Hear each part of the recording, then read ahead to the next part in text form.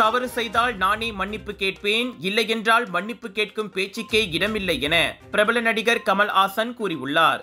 தக் லைஃப் படத்தின் இசை வெளியீட்டு விழாவில் தமிழில் இருந்து பிறந்ததுதான் கன்னட மொழி என தாம் பேசியது கர்நாடகாவில் பெரும் சர்ச்சையாகி இருப்பது குறித்து கமல் அவ்வாறு கருத்துரைத்தார். When there was a problem in Chennai, which came from that chief minister who hailed from Karnataka, it was Karnataka who gave me support. The Kannadigas said, "Come here, we'll give you a house. Don't go anywhere." So the people will take care of Thug Life, Kamal Haasan, and all these controversies. Politicians are not qualified to talk about language. They don't have the education enough to talk about it. That includes me.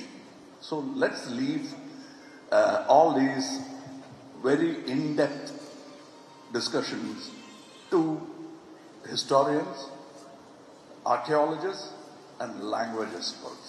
Kannada மொழியையும் கன்னடர்களையும் கமல்ஹாசன் சிறுமைப்படுத்தி விட்டதாகவும், எனவே அவர் பகிரங்க மன்னிப்பு கேட்க வேண்டும் என்றும் கர்நாடகாவில் போராட்டம் வெடித்துள்ளது. அவரின் போஸ்டர்களும் படத்தின் பேனர்களும் கிழிக்கப்பட்டு வருகின்றன.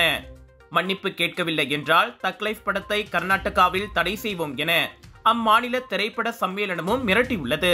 கர்நாடகா முதல் அமைச்சர் சித்தராமையாவும் கமல்ஹாசனுக்கு எதிராக கருத்து தெரிவித்துள்ளார். எனினும் இதற்கெல்லாம் நான் அடிபணிய போவதில்லை, நான் பார்க்காத போராட்டங்களா அல்லது எதிர்ப்புகளா என சென்னையில் செய்தியாளர்களின் கேள்விக்கு அவர் பதிலளித்தார். நான் பேசியது அன்பினால். கேரளா, கர்நாடகா, ஆந்திரா மீது நான் கொண்டுள்ள உண்மையான அன்பு ஜெயிக்கும் என்றார் அவர்.